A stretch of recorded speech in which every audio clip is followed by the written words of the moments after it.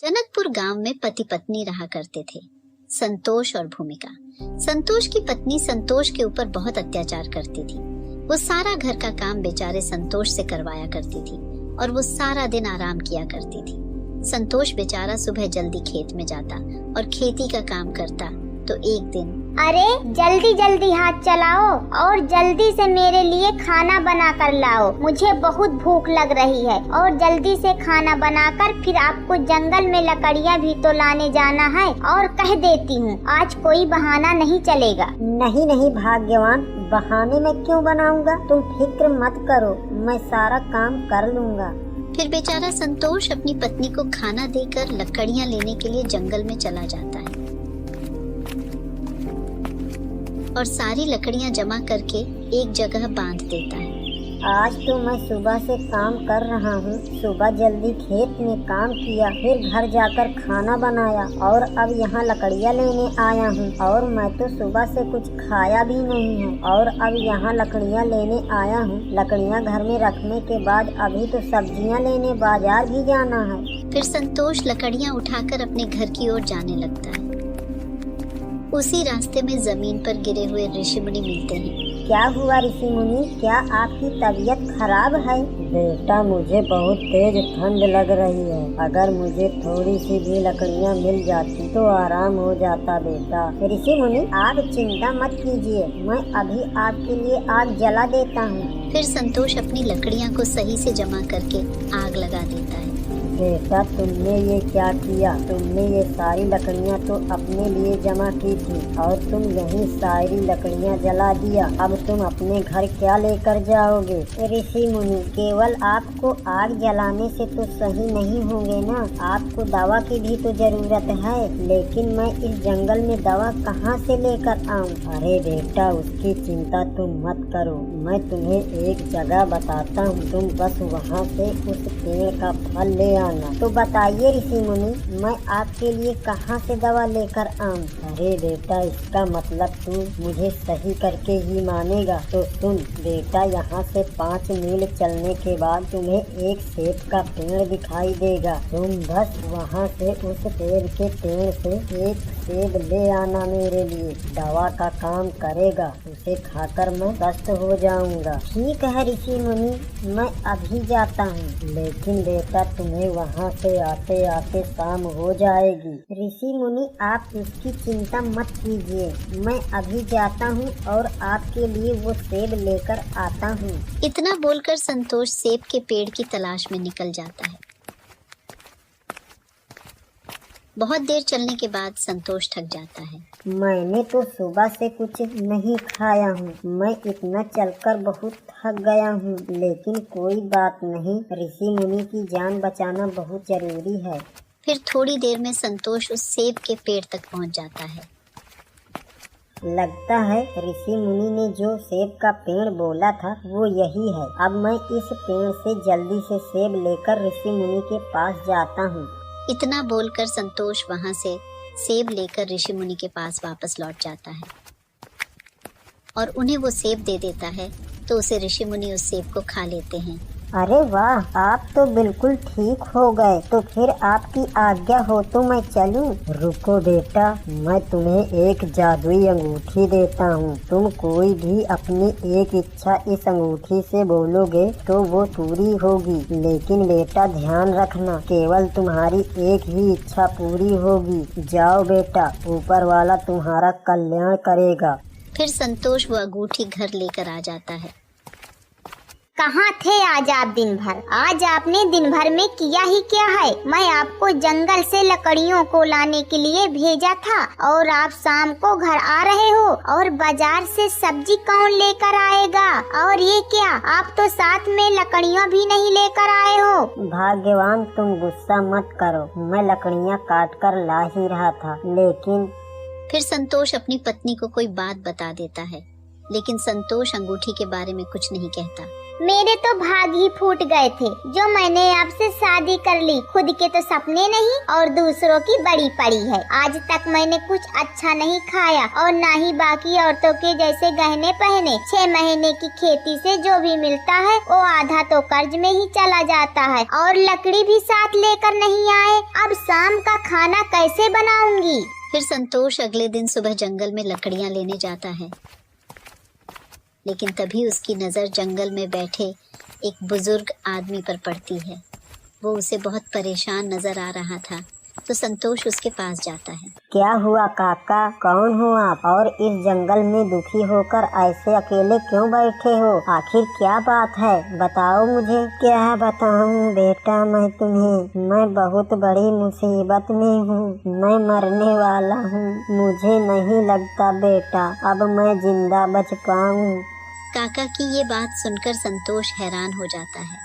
काका आप ये क्या कह रहे हो? कौन हो आप? आखिर आप क्यों मरने वाले हो? बताओ मुझे क्या हुआ आपके साथ? मैं बेटा पड़ोसी गांव का रहने वाला हूँ और मैं एक जमींदार के यहाँ काम करता हूँ। कल सुबह की मेरी आखिरी सुबह होगी क्योंकि जमींदार साहब मुझे मरवा डालेंगे। बेटा जीवन समाप्त होने को है। अगर मैं जल्दी से जल्दी जमींदार की इच्छा पूरी नहीं की तो वह मुझे मार डालेगा।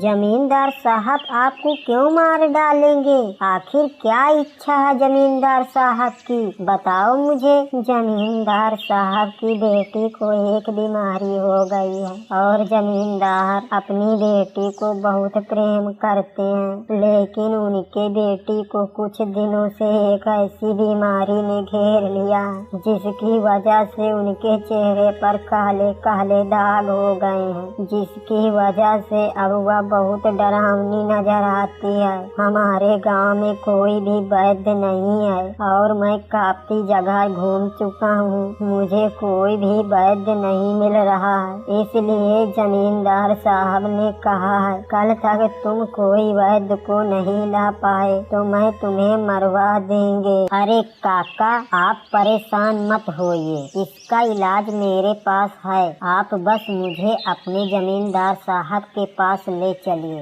बेटा क्या तुम सच कह रहे हो? तुम सच में जमींदार साहब की बेटी को सही कर सकते हो? तो फिर तुम चलो मेरे साथ, लेकिन उन्हें ये मत बताना कि तुम एक आम आदमी हो, क्योंकि अगर जमींदार साहब को पता चल गया कि तुम कोई वैद्य नहीं हो, एक आम इंसान हो, तो जमींदार साहब और क्रोधित हो जाएंगे। हाँ काका आप चिंता मत कीजिए, मैं जमींदार साहब को कुछ नहीं बताऊंगा। फिर संतोष बूढ़े काका के साथ उनके गांव चला जाता है। जमींदार साहब मैं आपकी बेटी के इलाज के लिए वैद्य को ले आया हूँ। जमींदार साहब इस साधारण से दिखने वाले आदमी एक महान वैद्य हैं, जिसे मैं दूसरे गांव से अपने साथ लेकर आया हूँ। जमींदार ये सुनकर बहुत खुश हो जाता है। अरे वाह काका, आपने तो ये बहुत ही अच्छा किया। मैं आपसे यही सुनना चाहता था। वैद्य जी आप जल्दी से चलिए और मेरी बेटी को सही कर दीजिए। संतोष को लेकर अपनी बेटी के पास जाता है। उठो मेरी प्यारी बेटी, मैंने तुम्हारी बीमारी सही करने के लिए दूसरे गांव से प्रसिद्ध वैद्य को बुलाया है। फिर जमींदार की बेटी अपनी आंखें खोलती है। फिर संतोष जमींदार की बेटी के चेहरे पर काले निशान देखता है। इसके बाद संतोष ऋषि मुनि के द्वारा दी गई हो जादुई अंगूठी को हाथ में लेता है और याद करता है जैसा ऋषि मुनि ने कहा था कि इस जादुई अंगूठी से केवल एक ही इच्छा पूरी की जा सकती है। ये जादुई अंगूठी मेरी इच्छा है जमींदार साहब की बेटी के काले निशान वाली बीमारी को ठीक कर दो, और अगर जमींदार साहब की बेटी की ये काले निशान नहीं सही हुए तो बेचारे भोले भाले बूढ़े काका को अपनी जान से हाथ धोना पड़ेगा। इतना बोलकर संतोष उस जादुई अंगूठी को जैसे ही जमींदार की बेटी के सर पर रखता है, ऐसे ही देखते जमींदार साहब की बेटी बिल्कुल सही हो जाती, चेहरे से काले निशान गायब हो जाते हैं। ये देखकर सभी लोग खुश हो जाते हैं।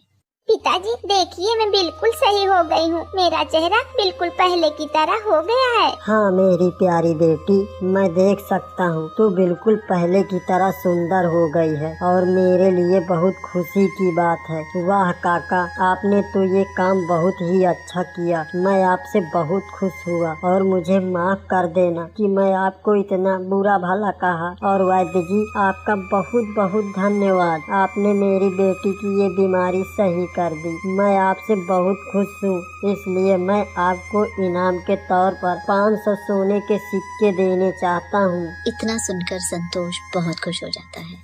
आपका बहुत बहुत धन्यवाद जमींदार साहब, लेकिन आप एक सच नहीं जानते हैं। मैं कोई वैद्य नहीं हूँ, बल्कि मैं एक साधारण सा इंसान हूँ जो आपके पड़ोसी गांव में रहता हूँ और खेतीबाड़ी का काम करता हूँ। मुझे काका ने आपकी बेटी की दशा के बारे में बताया, तो मैं काका की जान बचाने के लिए उनके साथ यहाँ आ गया।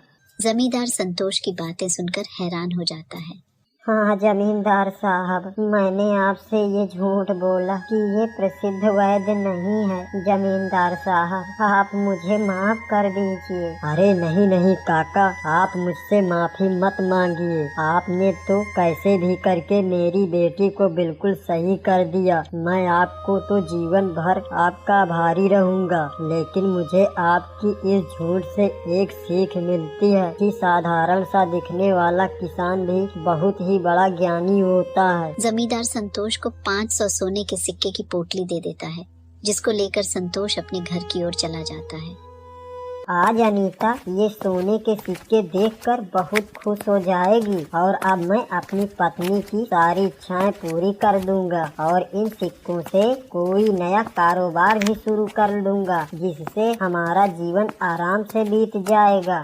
खुद से बातें करते हुए संतोष अपने घर पहुंच जाता है। कहाँ थे आज आप सुबह से? मेरे तो कर्म ही फूट गए आपसे शादी करके। आपको तो मेरी थोड़ी भी चिंता नहीं है। अरे मेरी भाग्यवान, थोड़ा सा शांत हो जाओ, शांत हो जाओ। तुम पहले मेरी बात तो सुनो। फिर संतोष खुलकर सारी बात अपनी पत्नी को बता देता है।